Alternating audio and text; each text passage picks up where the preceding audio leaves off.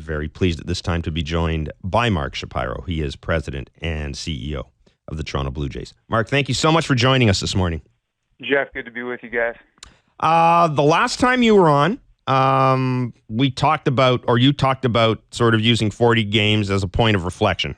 Those are my words, a point of reflection. What words would you to describe this team now that we've played 43 games?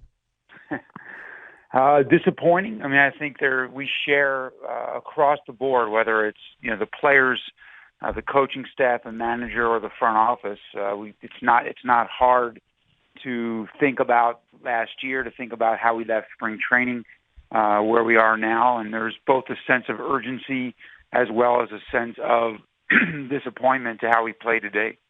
Is there anything, Mark, in your previous experience, you got any parallels with this? Because it is a puzzling. It's not just been a disappointing start. It's been a puzzling start in a lot of ways when you look at that, who's on that lineup card.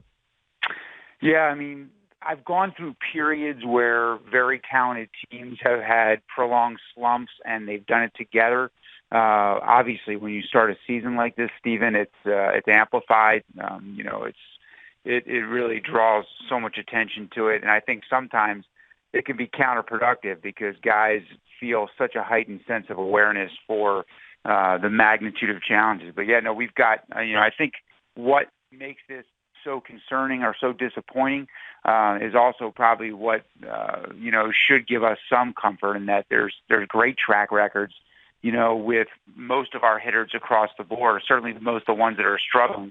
And beyond that, this is a group that has had adversity and challenges and demonstrated toughness in overcoming those things in the past as well. So I don't want to downplay, the level of disappointment. I don't want to diminish our sense of urgency, but there also should be some comfort placed in the fact that these guys are proven major league hitters and they're likely to progress to the mean at some point. Mark, the last time you were on, we talked specifically about some of the issues in the bullpen, some of the other issues around the team, and you essentially said you thought the answers had to come from within. Clearly, when you're talking about this lineup, you're talking about a track record, and I think, not to put words in your mouth, but I think you're kind of saying that again. What could happen that would force you into the trade market? Bearing in mind that the minor league system was tapped pretty extensively last season by your predecessor. Yeah, I mean, I think, listen, we are already spending time and energy on those things. I mean, a front office's job is to examine all the scenarios and all the alternatives. So Ross and his guys are exhausted, whether they're small adjustments or, whether they're, trades of bigger magnitude.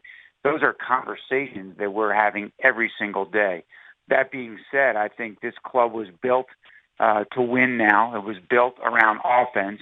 While our bullpen has had some very high leverage situations where they've had some failures, I think all of us feel that with the level of starting that we've had by and large, and even with the bullpen and some of the disappointments there, we would be at the top or fighting for the top of the division if our offense was performing to even close to expectations. So, I think you've got to be careful to react too quickly. You've got to, look over the long haul of careers and look at the work being done. And believe me when I tell you, these guys are both searching from a fundamental standpoint, mechanically to, preparation and routines.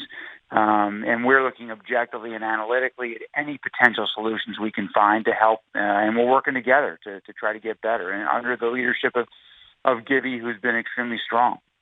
Well, you brought Gibby up, so let's talk about that. The roster, this team was built to win this year, is built to win this year.